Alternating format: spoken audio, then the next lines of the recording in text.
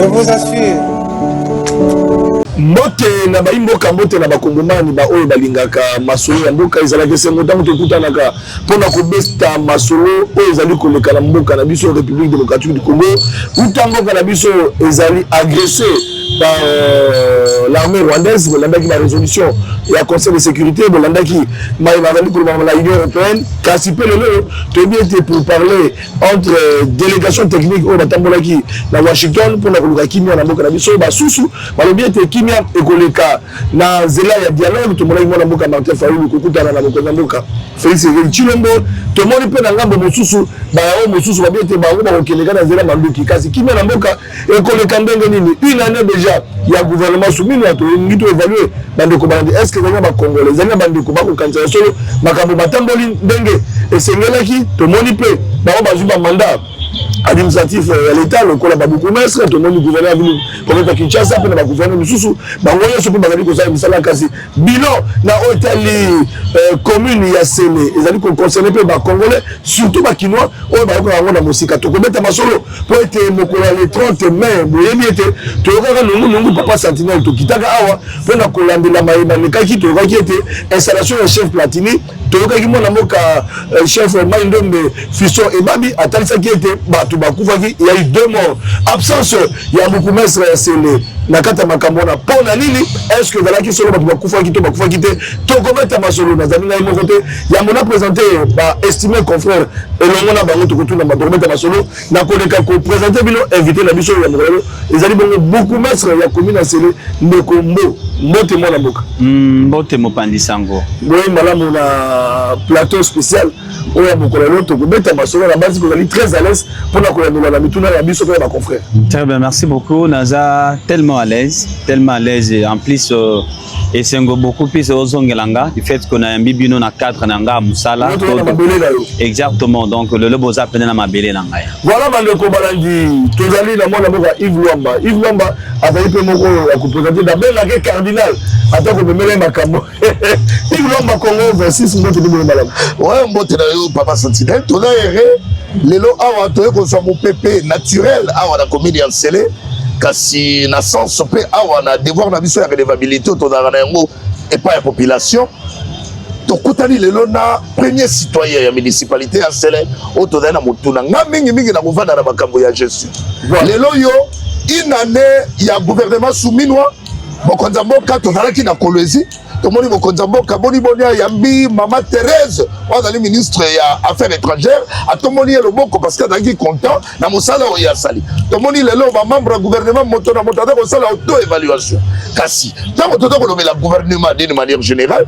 toza komona pe la loi sur la libre administration et entité décentralisée toye komona bino bakati ya commune na kati boza pe na part na bino ya responsabilité est-ce que lelo yo soki tobi tosala évaluation globale mwana mboka monsieur le bourgmestre qui a commis à Sele Franck Mbonzo la meso aussi commune wapi na inanoyo to commune ngo wapi to ça kokele wapi. Très bien, merci beaucoup pour la parole. Je crois que moi je parlais pas d'une année, je parlais de 2 ans en fait parce que depuis que je suis là, j'étais notamment je commençais mon travail c'était au mois de janvier 2023.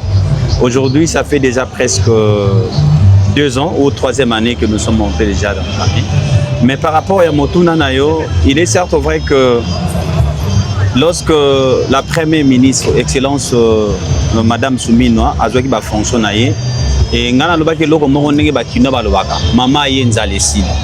Donc, on a fait beaucoup plus de chance par rapport à Moussala, toute la responsabilité à Zouaki. Et depuis qu'elle est là, même nous, au sein des entités décentralisées, nous sentons qu'il y a quand même des certains changements. Donc, il y a eu quand même une évolution. Beaucoup plus de Makambetala qui m'a rétrocession. Et depuis qu'elle est là, elle a quand même poussé pour que les communes ne soient ne fût que rétrocédées. Très bien.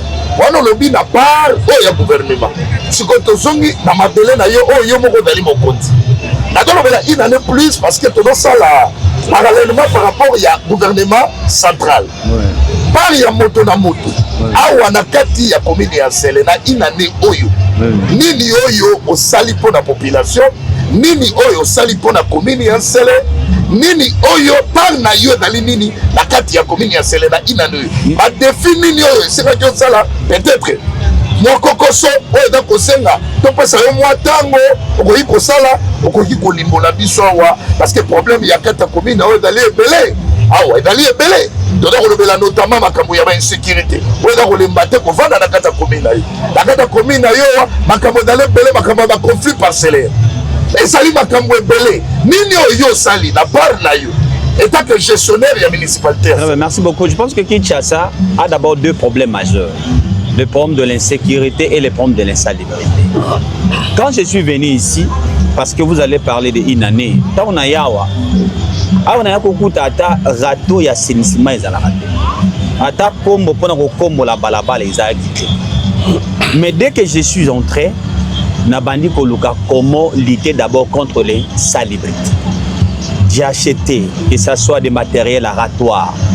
Vous avez vu même des tricycles ici. En fait, aujourd'hui, je suis même fier d'embarquer. Dans la commune, on s'habille à Kinshasa, et dans la commune, mon côté, dans la tricycle, le Kolanga.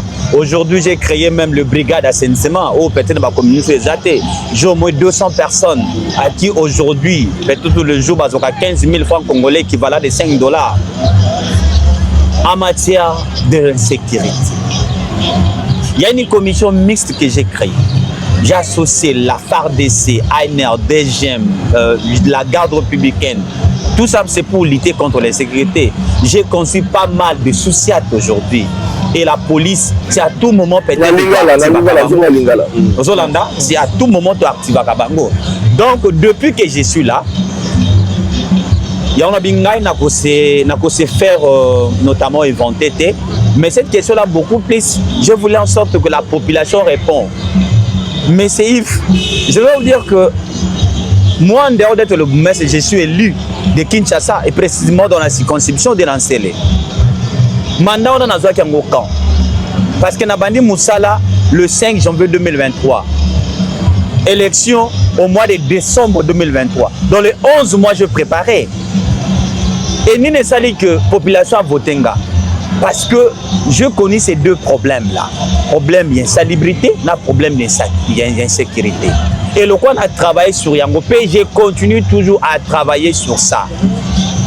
Raison pour laquelle on m'a fait confiance.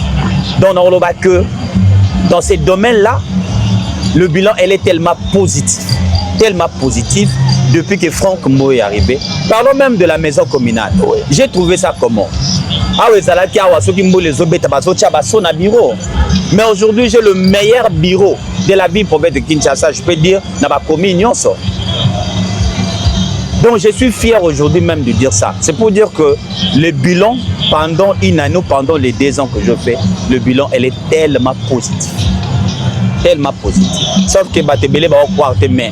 Il suffit seulement de venir palper des réalités, vous allez comprendre que le bilan est tellement positif. Est-ce que le nom Kinois a eu dans la erreur? Il y a quoi on a commis un seul. On a regardé papa sentinelle il y a dans le bas. Ni yango ta la commis un seul. Ça veut dire que le lobby on va te commis na yo.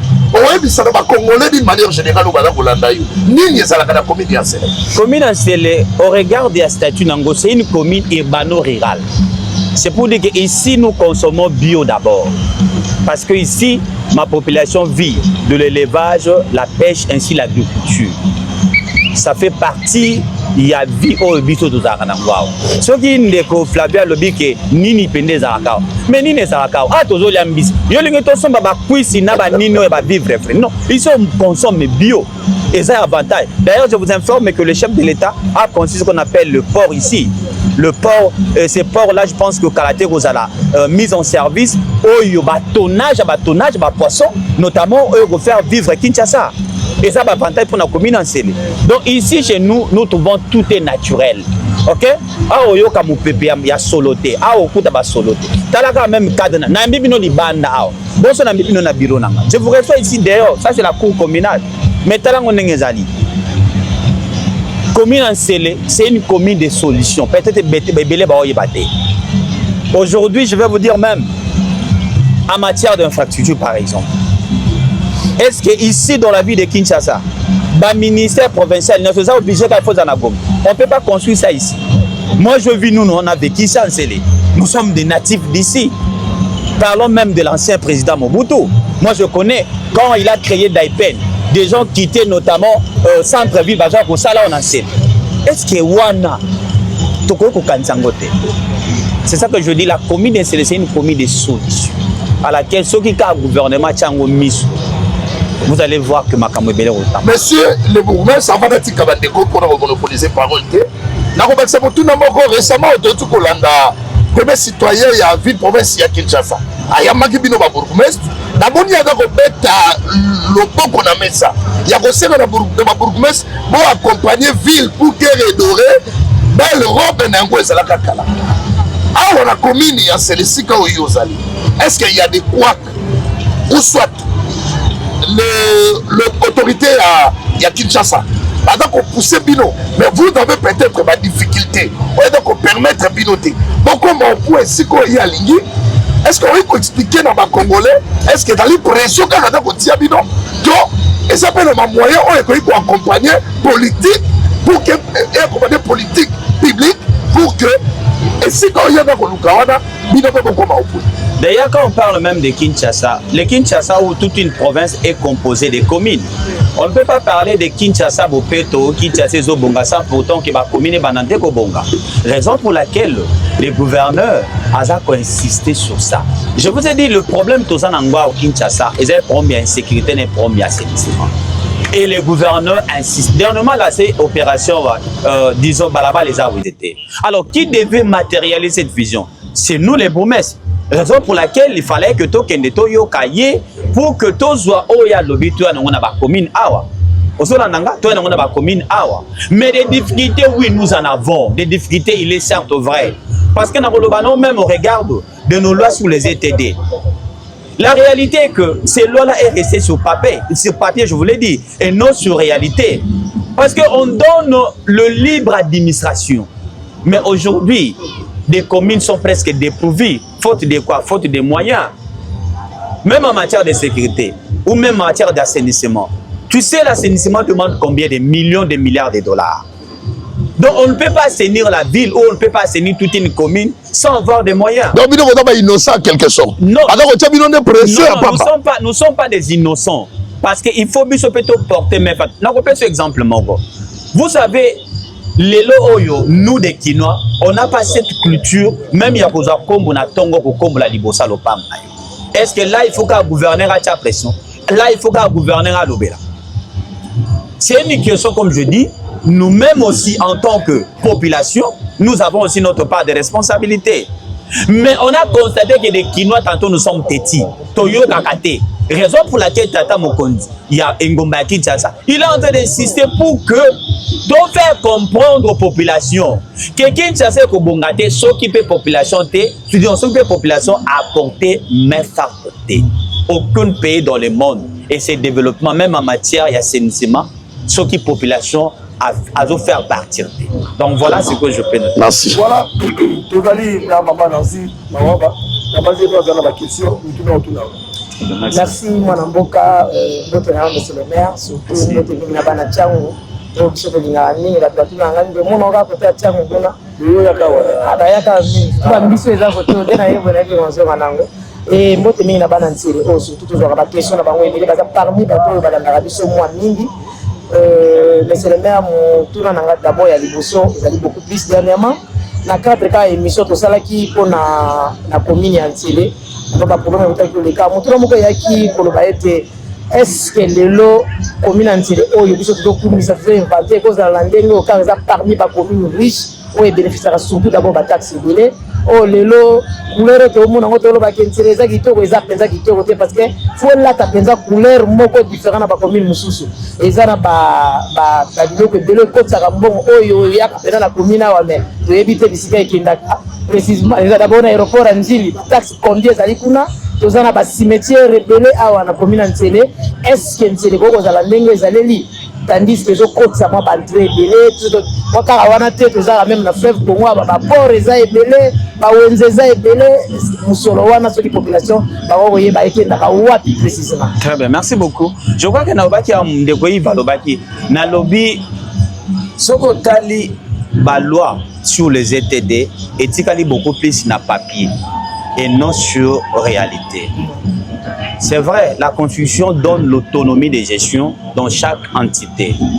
On regarde aussi de la nomenclature de la ville, là où on fixe des taxes ou des redevances et des taxes. Vous allez voir que ce soit la commune d'Ensélé, de la Gombe, Maluku, partout, les taxes sont les mêmes, les compétences sont les mêmes. Mais il est certes vrai, parce qu'il y a ceux qui croient que c'est là où la taxe est belé. Non, la taxe, ce n'est pas les bourgmestres qui créent. Évidemment, la loi nous donne le prérogatif de créer tantôt d'autres taxes qui est spécifique, ok, par rapport aux réalités peut-être que nous avons. Mais la taxe, elle est répartie sous la nomenclature de la ville, le gouvernement central ainsi que le gouvernement provincial. Vous avez parlé des ports, madame. Je vous informe aujourd'hui, les ports ici ne sont pas gérés par la commune. Ah bon? Ces ports ici, d'ailleurs même des ténoncés du port, ils ne sont pas affectés par les bourgmestres. C'est la ville. Vous parlez de l'aéroport. L'aéroport n'est pas dans mes compétences, non plus dans mes prérogatives. L'aéroport, c'est au niveau notamment national et au niveau provincial. Je te dis vrai. Mais ça, le gouvernement, c'est pas un ami qui n'a là pour ma quinoa, madame, on l'a d'ailleurs, on a tout mélanger, il n'y a pas de problème. Ce qui est même au Gokuta, magasin, boutique, tout ça, même à l'intérieur de l'aéroport. Mais tout d'abord, on va foutre à combien dans la commune. Vous avez évoqué même le problème, il y a un cimetière moderne.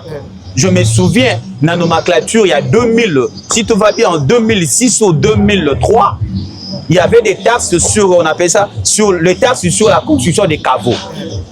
Qui n'a pas compétence à la commune. Mais aujourd'hui, la commune gagne rien. Et la taxe sur la ville. Aujourd'hui, les communes sont dépourvues. Parce que d'autres, peut-être, même quand vous êtes journaliste, vous avez tendance à attaquer des bourgmestres. Ce sont des bourgmestres incompétents. Ceci, c'est là. Bon, je me pose la question. Qu'est-ce que vous avez mis à notre disposition, autre salité, pour vous traiter de deux incompétents? Nous souffrons, c'est ça des réalités. Parce qu'ici, tu as des taxes de 200 francs. Bon, dis-moi maintenant, avec des taxes de 200 francs et de 300 francs congolais, moi j'ai une brigade d'assainissement ici qui a au moins 200 personnes. On refoute à Bamonine. Parce que ce sont des parents responsables. Qu'est-ce que vous allez le payer? Non, mais bien sûr, allez vérifier. Dernièrement, j'étais descendu là-bas. Il s'agissait ou disons, il s'agissait bel et bien de la tracasserie. Quand je suis descendu là-bas, j'ai mis de l'ordre. Parce que là-bas, il y avait plusieurs multitudes de services, que ce soit sécuritaire, que ce soit administratif. Et moi, dans mes prérogatives, les bourgmestres veillent sur l'ordre public. Alors, lorsque je constate que l'ordre public est dérangé, je dois descendre pour mettre de l'ordre. Et c'est la chose que j'ai fait. Mais à ce qui concerne de taxes là, tu peux imaginer, commune d'Ensélé, c'est le porte d'entrée de la ville de Kinshasa. Parce que tout le monde, s'il arrive, ils atterrissent à un aéroport à Angile. Donc, l'aéroport en dit que sa image ici comme moto yaye. Ceux qui ville ou les a propre toute la saleté.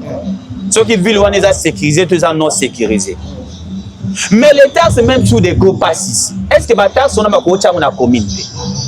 Et mais c'est d'ailleurs si vous avez suivi même la première ministre, elle avait dit que les aba nyongo bazo futa ya régime ya o ile kaki. Mais l'État sont pour la ninte ba ko pesango et comme ya commune. Parce que la commune a une autonomie de gestion. Commune parce que ceux qui ont bon, même avec l'éclairage public, on n'a pas besoin seulement, il faut bon ta ville ou bien battre rétrocéder biso. Même à Kambeta l'assainissement, on n'a pas. D'ailleurs, même là, on regarde la loi ne prévoit pas la rétrocession. Non, la Constitution ne prévoit pas ça. La Constitution prévoit le retenir à la source par rapport à tout ce que nous avons comme recette. Mais aujourd'hui, cette recette-là nous échappe, madame. Mais toujours, on a honorable, nous avons moto à l'assainissement, ils ont ça même, on a fait, ils ont compte en bon à la taxe de commune, et en caisse à l'eau, mais quand même, ça les salam. Madame, j'ai compris une chose dans la vie, parce que moi, mon père me dit toujours, ce qui moi, tant que ça m'a tembe la cabarate, il est certes vrai. Quand on a côté na commune, maison communale à Pamba, même le bureau du bourgmestre, bah au bazar toujours à remise et reprise bah monaki. bamona ki onga na kutaki. Mais ça lenga ka 2 semaines pour na bana kobongisa. Na besa lenga ka 2 semaines. Maintenant vous allez poser la question, vous allez me dire que mbongo na bana ko zongo na bataxe à commune. Ba tricycle ou ba moto ezawa. Je pense que ba relaxangwa. J'en ai aujourd'hui 6 et 6. Qui m'a donné cet argent? Des matériels aratoires, on le fait parce que nous avons l'amour. Moi, en tant que natif d'ici, et je me suis dit, ceux qui ont la bongicité, et je suis obligé de le faire. Peu importe des conditions, mais je dois le faire ça. Merci honorable Wana Toko Kanga parenthèse, mais tout font la parenthèse actualité de ces $5 000. Honorable Mbo a détourné $5 000, donc tolo bakona lingala aibi mosolo na tebite soka ibela ngowapi azu mosolo $5 000 oyo allié bazoye baté atia ngowapi soki population kaka ya télé mais ba congolais nyonso bazali déjà informé nango bako kozwa précision mbongo na $5 000 oyibaki yango wapi pe bimena ki na côté nini po oya kozwa. Madame, vous parlez de quel $5 000 s'il vous plaît? Mais ezo lo bana na ba média babi bozo ki $5 000 utaki pa ya chef Platini oyo alingaka zala installé oyo peut-être babi yo poza pa mbato baboyo boyaki ba installé po lingaka yeto na mutia mabe na yo mais quand même aremetaki $5 000 na ye oyo azo baté ke wapi lelo tuzo mona zo sikile babi honorable Mbo a détourné $5 000 do ayibi mosolo wana. Madame, vous savez, pour le respect hein. Bao ba yebinga ba yebinga. Soki moto lo ba makama $5 000 lo ba yebinga te. Mais il n'y a pas de problème. Le coup de je vais répondre. Il est certes vrai que nous avons reçu les instructions venant de la part du ministre provincial de l'Intérieur pour aller installer les chefs coutumiers Platini Mwele dans le village Bingi Bing. Mais selon la processus ou selon la procédure, les chefs coutumiers, d'ailleurs au regard même de la loi, ce n'est pas les bourgmestres. Bakoko kitsa bourgmestre na niveau ya chef de village T. Moi, je ne peux pas aller installer un chef de village, non. Mais du fait que j'avais reçu l'instruction, je me suis engagé d'aller quand même l'installer. Parce que Ngaï n'a installé qu'un chef de groupement et non un chef de village.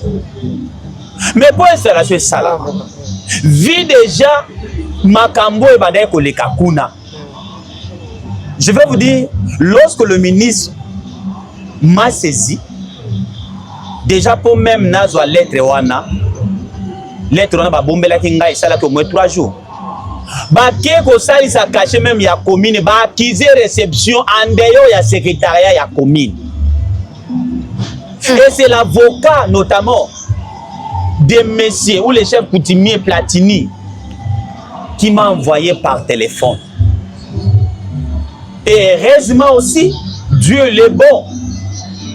Quand le même jour, parce que moi je l'ai dit, vous avez dit que le ministre m'a saisi. Mais d'une manière officielle, je n'ai pas vu la lettre. Mais la acquise réception parce qu'il n'a pas de lettre. Il m'envoie avec un cachet de la commune où Salisi ko Salisa. Acquise n'a même réception. Mais il n'y a pas de crime parfait. Au regard de Mikanawana, peut-être que vous allez balancer ça. C'est comme il y a un complot. Tout ça à l'intérêt de nuire au bourgmestre, soit disant que le bourgmestre il ne veut pas exécuter des instructions données par le ministre. Je dis c'est seulement le jour-là que j'ai envoyé notre chargé de courrier à la ville. À Komi c'est les lettres, il y a Bisso, il fallait qu'il y a. Et je lui ai demandé à acquiser réception. Na comme le qu'on a acquisé de réception mi balé. Oya lukuta babeta kimbata. Na oya biso oya officiel. Madame, lorsque j'ai reçu la lettre, j'ai acquisé réception. J'ai accepté notamment par rapport aux instructions qui ont été données d'aller installer les chefs du village Platini Mwele. Madame, des gens voulaient que na salanine. Et aussi, selon la procédure, il fallait quand même convoquer une réunion de sécurité. Appeler tous les commandants au regard des instructions que nous avons. Nous devons aller installer les nouveaux chefs coutumiers des villages Bingi Bing. C'est cette commission ou carrément, c'est notamment le service de la sécurité à qui devait aller accompagner. Qui quoi accompagner Monsieur Platini. Oyebi, awa toza na bajiere bazawa, toza na FARDC zaliawa, toza na DGM, DEMIAB, ANER, district ezali, SEAT ezali, tous les services wana. Ah mais non, on va aller, il n'y a pas de problème. Mais on doit être quand même accompagné ou motivé dans quel sens. Ba police ba kozwa po ba kende ko installer wana. Il faut ba tia carburant na mituka wana. Il faut ba luka mo ba unité. Il faut pas luka moi mai na banga komela. Madame, c'est la commission sécuritaire qui a demandé l'enveloppe de $5,000. Avant Bakita. Avant Bakende Coinsta, parce que Ngai Boumé c'était na koka qui na zui yaka yo chef coutume na tio na sali perato kenga na kende ko installer yo. Il fallait que l'équipe de sécurité ait kende et accompagner pour assurer sécurité. Et j'ai dit cette enveloppe a été déposée pendant la séance tenant de réunion de sécurité. Ce n'est pas l'argent que le bourgmestre a touché. Des gens parlent de quoi? Des gens parlent de quoi? C'est ça que je dis. Vous ne pouvez pas parler de $5,000. Madame, je vous informe ici, en dehors d'être le bourgmestre, je suis élu. J'ai une salaire au niveau de l'Assemblée provinciale. L'argent que je peux escroquer comme $5,000. Et que moi, dans mon compte, là, je le manque. Ça, c'est manque de respect vis-à-vis de l'autorité. Et c'est la chose que je ne peux jamais permettre. Même celui qui est en train de monter des choses. Par exemple, aujourd'hui, on l'installe. À travailler na bourgmestre Moussouzou. C'est toujours moi, non? Ndako travaille na ye. À travailler, à inventer bourgmestre Moussouzou. Mais qu'on dénigre jusqu'à ce niveau, ce n'est pas mon argent à moi, c'est l'argent qui a été déposé. Vous pouvez convoquer même tous les services de sécurité. Mais il ne fallait pas installer. Tout le monde a mis tout cas. Tout le monde a mis policier. Tout le monde a mis service. Et ça, ça fait tinayo. Non, non, il faut la police pour garantir la sécurité. Et ça, la police n'a pas besoin de poste pour carburant. Tout ça, yon ne moutozo organiser fête na yo, yon ne quoi assurer sécurité à bateau, na quoi assurer déplacement à bateau. C'est ça les $5,000 dont vous faites. Moi, parce que on aurait pu citer là-bas. Est-ce que $5,000 on a enveloppe qui directement par la yo ou soit qu'il y a une commission de sécurité au Madame, je vous ai répondu, n'a lobby que l'argent a été versé pendant la séance tenant. Très bien. Poser la question à tous les commandants qui ont pris part dans la journée wana. Parce que je savais déjà que bateau bazaki une intention à nuire. Déjà du fait que babana ko imiter caché même à commune. Je comprenais déjà que awa problème est zoya. Raison pour laquelle j'ai évité. Je dis bien j'ai évité. Ce n'est pas l'argent qu'on a remis au bourgmestre. C'est pas l'argent qu'on a remis au bourgmestre. C'est l'argent à qui il a remis au service de sécurité pour l'accompagner afin que son installation puisse être sécurisée. Très bien, merci. Voilà Mboka Fongmo, parce qu'il s'agit, il y a même question. On a banda qui kolobela ni bande l'émission parce que la côté qui a voté. Maman a dû poser une question très claire. Mbongo ebimaki et la commission. Banani bazwa ki mbongo la commission. C'est-à-dire bakabola ki mbongo la commission. Beaucoup de gens qui parlent là, il y a des gens qui parlent là. Merci beaucoup. Je viens dire que l'argent a été déposé pendant la séance tenante. Ça signifie pendant que nous étions. Exactement. Ah non, attendez, je suis en train d'arriver. Moi, je vous dis, ce problème ici n'a constaté qui déjà que intention à nuire Isaac qui m'a payé. Raison pour laquelle je n'ai pas voulu toucher à cet argent.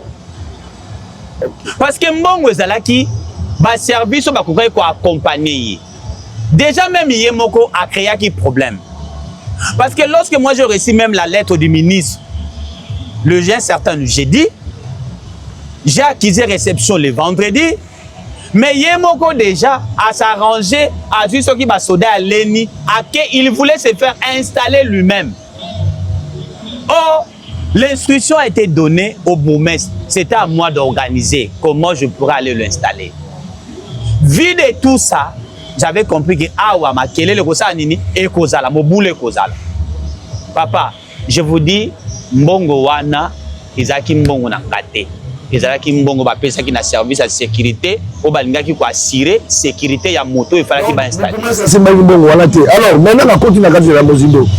Le 31 mai, ngai na kitaki awa na kitaki na bingi nakutanaki na chef Fisson Ebabi oyo abenga Mai Ndombe ye moko alobi boye alobi parce que il y a un article sur cette question là alobi na village bingi 2 personnes bakufaki parce que bayaki koinstaller politiquement Plantini au lieu de place il y a oyo azali Willy Mabiala bakali koaccuser faussement parce que bakali kobaiti azalaki moto ya PPRD yango IDPS yo na IDPS te voilà bino bato ya IDPS kaka boye lokola ye moto ya PPRD alors il faut koinstaller chef ya IDPS baye kozwa oyo ezali chef te bainstalle ni na clan ni na groupement ni na mboka bayebi ye et ya eu tension entre population civile babandi kobundisa même bamilitaire bakombalaki chef wana bato bakufaki mibale yo en tant que bourgmestre déclaré absence totale et tu as aucune été même qu'on visiter ma blessé notamment ma belle IDPS mais c'est nani moi je pense que faut tout ça la part des choses. Déjà je voulais vous dire que au la chef coutumier au regard où il y a statut na bango chef coutumier a ça la politique était déjà ce qui est chef coutumier sur bakenga na membre par exemple ya PPRD na membre IDPS que c'est un faux chef coutumier. D'accord. Parce que statut na bango et puis si bango opportunité wanate. Mais par rapport à votre question, naoti ko lobangwa les instructions c'est moi qui l'a reçu. Oyo ezalaki donné par le ministre de l'Intérieur provincial. Chéri Kabouya. Chéri Titenge Kabouya. Voilà. On l'a cité même. Oui. Yenda pesa kinga ben instruction. Alobi kende ko installer faux chef. Non, je dirais pas faux. Non, on va faute, non, on va vrai. Pour na bango coutumier ba faux chef. Non, on va coutumier. Moi, je ne suis pas. Ah d'accord. Très bien. Moi, je ne suis pas coutumier. Et l'administratif. Na koloba vrai faute parce que exactement. Donc ngai na zo ki ka ben instruction et ce sont des instructions à qui moi je voulais se faire respecter. Mais sauf que ndeko wana ye moko a se précipiter. Voilà, population tout. Akende ko se faire installer ye moko. A comme il y a eu résistance. Voilà. Il est certes vrai. Il y a eu des coups de balle. Il est certes vrai. Il y a eu des blessés par balle. Voilà. Il y a eu notamment sabotage, le bien matériel qui a été perdu, qui a été saboté, saccagé. Mais dire que Moutakoufaki, non. Parce que toi, Resta qui est mort, mort. Non, non, il y a eu de blessés. Il n'y a eu pas le cas de mort. Et raison pour laquelle même, qui a tué notamment l'intention des autorités, et Babi, non, vie Babylone qu'on est au Salama, autant mieux, tout sur soir, installation, et que les dossiers aillent à la commission. Voilà. Vous savez, la ville a une commission, ce qu'on appelle CCRCC, la commission consultative de règlement des conflits coutumiers. Et ces commissions, rôle nangoz à la constatuer autour il y a pas problème, eux liés dans conflit coutumier. Raison pour laquelle aujourd'hui le gouverneur par sa dernière correspondance, il a même dit que Azo créé commission. Bon, la commission existe déjà, mais sauf que bazar hors mandat. D'aligner actualiser notamment commission pour que commission écoute en vigueur. Baba na constatuer ma cambunion sur Italie par conflit coutumier.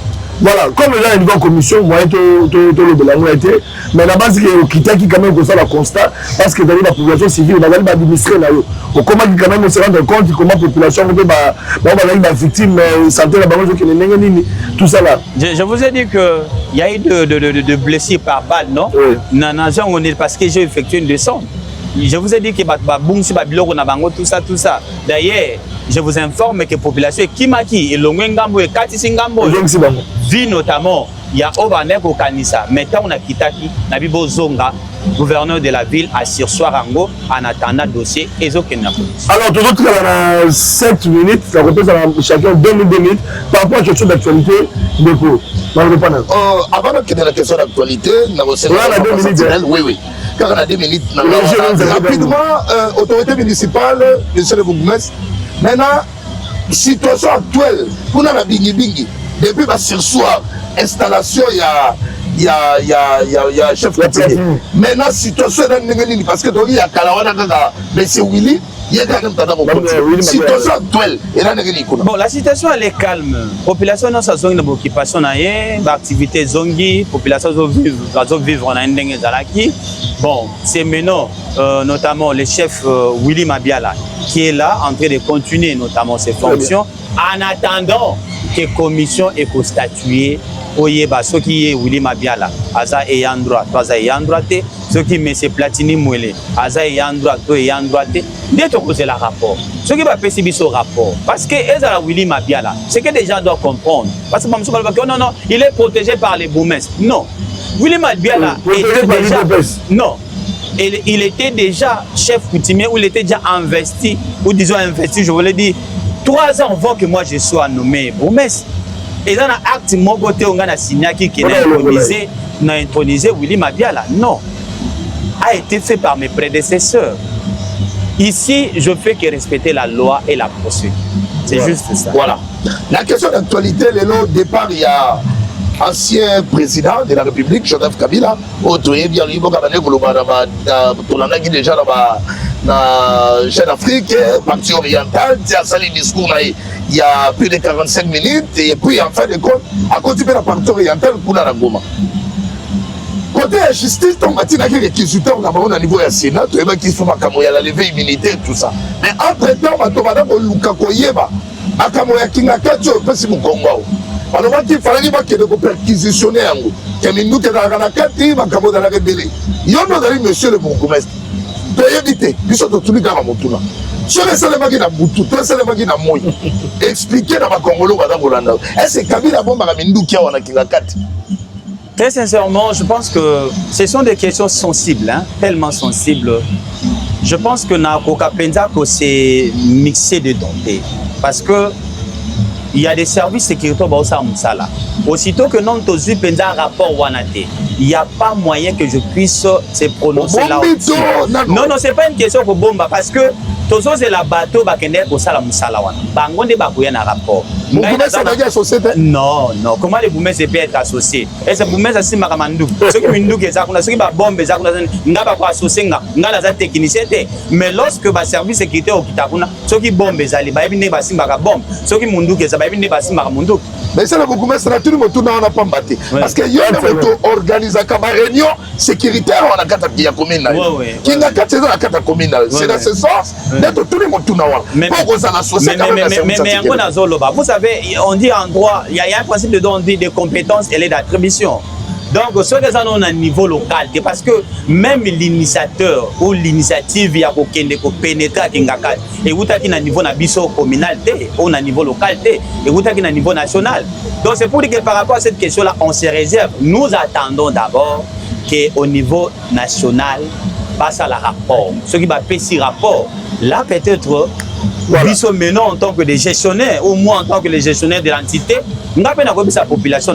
Parce que jusque-là, nous avons des parcs, nous avons des salles, tout ça, bon. Nous avons une école sur ma bête, mais nous attendons d'abord les rapports. Merci. Merci, Mme Mboka. Merci, monsieur le maire. Rapidement, pendant la 2 minutes, il y a une question d'actualité. Mais il y a 2 minutes, vous voulez ça? Oui, oui. Calme, petit, qui met mais non, qui chef Willy Mabiala a crié fort que le bail était Azali n'a qu'à sécurité, on n'a même pas comme la presse. Est-ce que ça a déjà résolu, il y a comme la sécurité, est-ce que le gouvernement a besoin de répondre à la préoccupation parce que madame, vous savez, apparemment, Magamanga Bing comme si, et comme il faut distraire, j'ai l'impression que comme il dossier, comme il faut distraire. Et j'avais dit même que nous Belango est sous. Ici en fait, j'ai plusieurs villages. Ça va? Pourquoi il faut le Belaka bingi. Mais ceux qui, par exemple, M. Willy ou le chef coutumier Willy Mabiala, il se sent en insécurité. Il n'a qu'à saisir les autorités. Bakopé ça y va garde, bakopé ça va mais nous avons suité que coup de film pour me dire non, mais c'est le même, je suis à l'insécurité, à Wakoto Nazali, tout ça.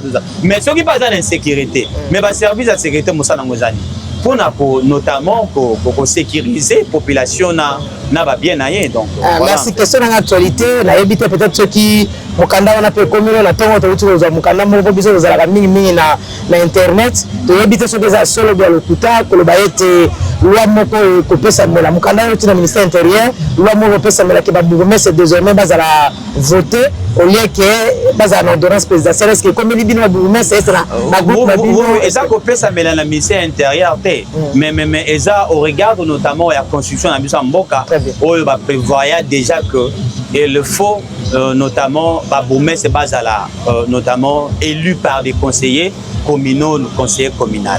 Et au regard de ces lois-là, raison pour laquelle le VPM a pris une circulaire à qui il a saisi le président de la CENI, notamment de voir comment il pouvait organiser les élections pour le compte du bourgmestre. Donc nous, on est ici, on attend. Ceux qui CENI à lobby que notamment à organiser l'élection, il n'y a pas de problème. On va nous battre pour que Token Nabama Ponamiwana et Total, que les meilleurs gagnent sa élection. Parce que tout le monde est bien en marche. Souffrir dans ma cabo, boni, ma commune et surtout avec les conseils municipaux, malgré la et quand la patation de l'autre moni mention contre les bourgmestres vous savez il y a une interview j'ai suivi du VPM de l'intérieur. Il a dit vous savez ce qui bloque même le développement des provinces ce sont des assemblées provinciaux. Mais la même chose qui peut se passer, ou notamment, c'est que le VPM a déploré au niveau de la province. Mais c'est la même réalité qui se passe au niveau des communes. Et je dirais beaucoup plus. Les conseillers, peut-être, tantôt, ils ont des réserves parce qu'ils ne sont pas leur émanation. Et bon, ceux qui bango mokonde va faire, ils livrent à promesse. On va vivre des scènes. Voilà. Et je suis sûr et certain que à la place de beaucoup plus commenter au regard de ces problèmes. Moi, Namboka Frank Moza, qui c'est mon mingi pour la biso, la population, maman, la biso a posé une question, la base pour répondre, tout à l'heure, papa Langambo a posé une question. Pour répondre, la question de Balandio, nous te remercions, mais ce que vous avez dans les canismes, tout pour un message à passer. La population au tali caméra parce que nous sommes ceci. Très bien, merci. Message n'a passé la population. D'abord, Naningina lo baboye, c'est le kobongate, ce qui biso nyonso doit apporter ma faculté. Et par là, je voulais lancer l'appel notamment. Nabandeko nyonso oyo bazi occasion, to bakoz occasion dans la biso. Mais beaucoup plus aussi n'a pas dénoncé au bazar côté au long ya boulevard. Donc on a déjà la semaine prochaine on a sanctionné ceux qui te coûtent les sous-salité les bosses à boutique na yo to kangayo que vous allez payer les amendes. Et ainsi nous demandons à tous les Célois et Céloises d'être unis et soutenir les chefs de l'État. Fachi Béton. Merci beaucoup. Merci Nabandeko Soumouzou Bakwa Nabiso. La co-présentation, tout à l'heure, Yves Luamba, la benga cardinal, Congo 26. Tout à l'heure, la maman Mawaba Nancy, Azali Nabaitano Bele, notamment la Wemsa. Merci beaucoup. Nabilo, je peux vous dire dans ma chaîne Télé 50, Presse TV. Pourquoi ne pas citer d'autres chaînes de télévision? Merci l'équipe technique Mobimba. C'est des personnes qui. Tous qui na site à Célé. Nous allons en direct. La maison communale à Célé. Beaucoup de la commune à Célé. Moi, la Mboka Franck. Mais à la mituna la population. Tu bases et tu la poste à la micro-gola. Sans qu'il y ait la mituna Bogotuna. Tu bases et tu te rejoins là. Pour être à la mituna la bilo. Tu tournes le bouton. To kabani awa matondo mingi. Voilà.